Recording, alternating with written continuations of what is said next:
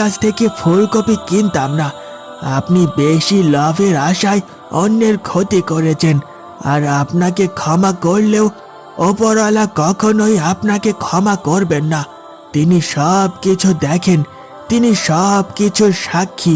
ভালো কাজের উদাহরণস্বরূপ মানুষকে শান্তি দেন, তেমনি তিনি মানুষের খারাপ কাজের জন্য উপযুক্ত শাস্তিও দেন।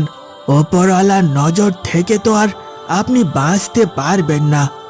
হে আল্লাহ, আপনি আমাকে ক্ষমা করুন। আমি বেশি লোভে পড়ে এমনটা করেছিলাম।